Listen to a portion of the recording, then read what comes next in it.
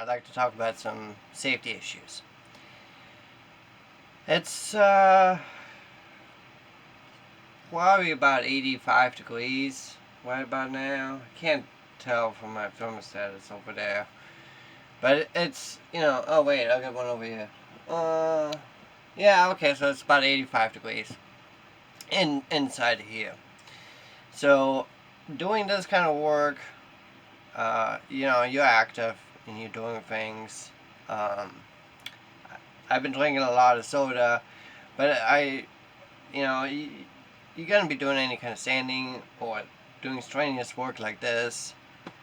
It's important to keep in mind to keep yourself hydrated, and I would just be using, like, you can drink some stuff with electrolytes, and that will hydrate you too. I was making sure I drank a whole bottle of water, 16-ounce bottle, I think, and to just keep my body from dehydrating myself.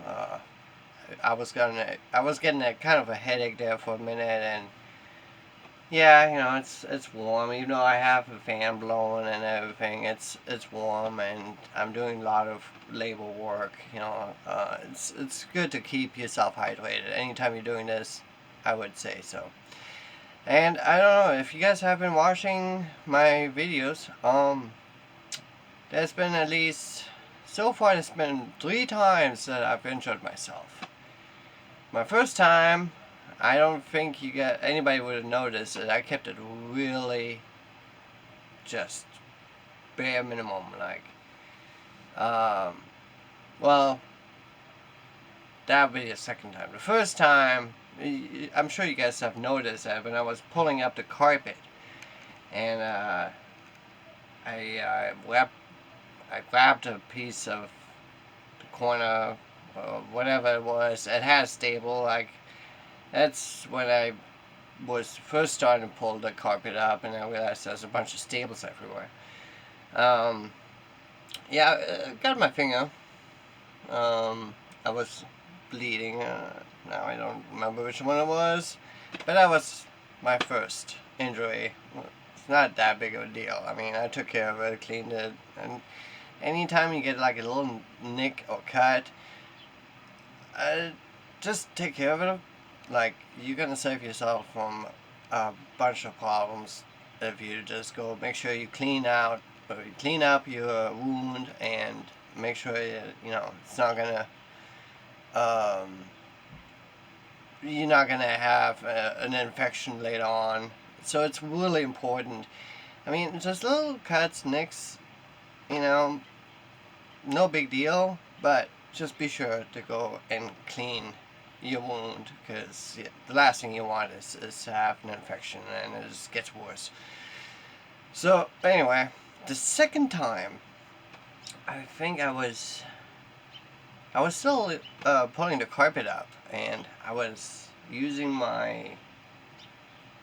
think I was using my glow bar and a hammer, like trying to hammer the staples loose. There was one time that the hammer didn't make it onto my glow bar.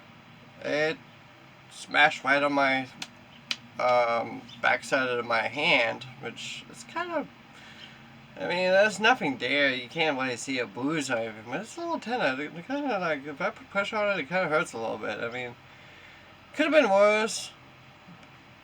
So I'm not too worried about it, but the thing I should have done is wear gloves. Even if those gloves aren't the most greatest, just wear them. I learned the hard way. I'm not saying, though, if I was wearing the gloves, it would have been any less of a bruise or whatever I did to my hand. But it might have saved it a little bit. I don't know. I mean, like I said, it's not that big a deal. It doesn't bother me that much. So I'm just throwing it out there because, there's some things that you really should just make sure of when you're doing things like this. You don't want to get yourself injured to where you have to run to the ER. I mean, if you do, run to the ER, I mean, if I would have like cut myself like really bad, I would have gone to the ER. Sure. Just throwing it out there. When you guys are doing this, or when somebody's doing this, you know, just be sure to work safe, keep yourself hydrated, and if you're messing around with paints, if you're messing around with sanding things, make sure that whatever area you're working in, that it's very well ventilated, and that you know you're wearing proper things like as in a mask, and if you are working with a hammer, you should just go and wear some safety goggles. I haven't been, but I should be. But what I am saying though is like sanding and painting, be sure to be wearing a mask, because those, whatever you're sanding, the dust, it can get all in the sinus, and I might have gotten my headache from that earlier, I don't know. But that's the one thing, and well, if you're messing around with paint, the fumes of the paint, it's really not good for you. I mean, it's gonna like basically destroy your brain cells, as far as I know. And I'm not saying that that's a good thing at all. Like, you don't want to be like, I don't know, get that. It's really, really, really bad for your body, and it can do some serious damage. So, wear a mask anytime that you're sanding or painting, just because it will. You'll be thankful in the long run about that. And okay, so the third time I injured myself was actually just now. So I injured myself 3 times. 2 times I injured myself on the camera, which, well, that was a little cut, or the little nick with the nail, or the sable. And the second time was with my hammer in my hand, which was not that great, but there was a minor injuries, and then easy to take care of, them. Well, I can't really take care of much with my hand. I mean, that's just that's it's kind of on its own. It's gonna have to do its own thing. But I mean, I guess I could put an ice pack on it. I don't have any. I should. Anyway, the third time, that was like literally just now. I was pulling a stable out of like underneath my table. I was pulling and the way I was holding the pliers just like went right in my face. Thankfully, didn't go in my eyeballs. Didn't go anywhere bad. It just kind of like hit me here on my forehead, I think. It hurt a little bit when it happened, but it could have been. My point is, it could have been a lot worse. The whole plier, like the back end of the plier, it could have gone in my eyeball, and then I'd be running to the ER right now.